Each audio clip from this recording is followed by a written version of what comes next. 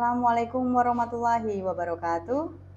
Hai teman-teman mahasiswa, kali ini kita berjumpa pada sesi 8. Kita sudah belajar tentang perkembangan fisik peserta didik pada sesi yang ke-7.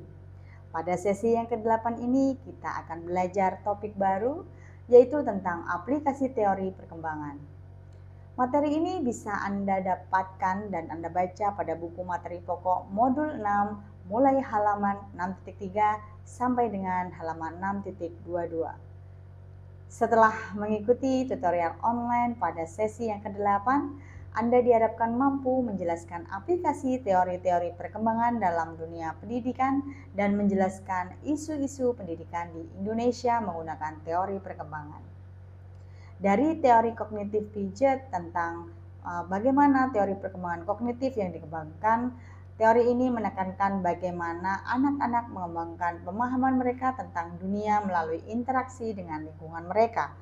Aplikasi teori kognitif Piaget ini dalam pembelajaran juga dapat membantu guru dalam merancang pengalaman belajar sesuai dengan tahap perkembangan kognitif siswa dan membuat siswa aktif dalam pembelajaran di kelas adalah tujuan yang penting untuk menciptakan lingkungan belajar yang efektif dan interaktif.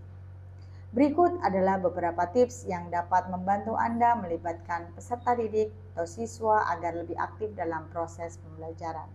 Mulai dari merencanakan pembelajaran yang menarik, Anda diharapkan mampu membuat rancangan pembelajaran yang menarik dan relevan dengan kehidupan sehari-hari siswa. Gunakan pendekatan atau konten yang dapat membangkitkan minat mereka. Anda bisa menggunakan berbagai metode pembelajaran seperti diskusi kelompok, proyek, permainan peran, penugasan individu, presentasi, dan demonstrasi. Dengan variasi ini, peserta didik memiliki peluang untuk belajar melalui berbagai cara. Ajukan pertanyaan terbuka yang memerlukan pemikiran lebih mendalam daripada hanya menjawab ya atau tidak. Ini akan mendorong diskusi dan menganalisis lebih lanjut. Anda bisa menggunakan berbagai metode pembelajaran seperti diskusi kelompok, proyek, permainan peran, penugasan individu, presentasi, dan demonstrasi. Dengan berbagai variasi ini, siswa memiliki peluang untuk belajar melalui berbagai cara. Mengajukan pertanyaan terbuka yang memerlukan pemikiran lebih mendalam daripada hanya menjawab ya atau tidak. Ini juga akan dapat mendorong diskusi dan analisis lebih lanjut. Memberikan kesempatan kepada peserta didik untuk berbicara dan berdiskusi.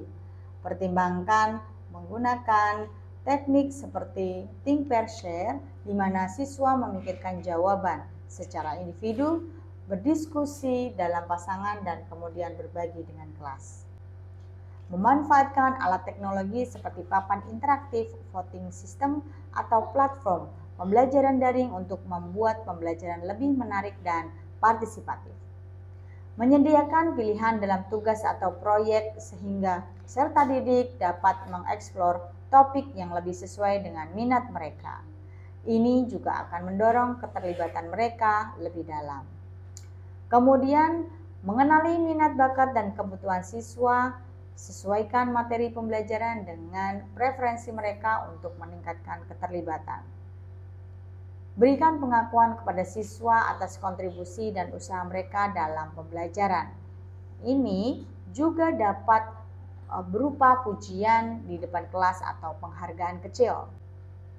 Agar pemahaman Anda tentang aplikasi teori perkembangan dapat Anda lakukan dengan cara membaca modul 6 tentang aplikasi teori perkembangan, mengikuti kegiatan diskusi secara aktif, membaca materi inisiasi yang ada pada kelas tutorial online, mengerjakan tes formatif yang terdapat pada BMP dan kelas tutorial.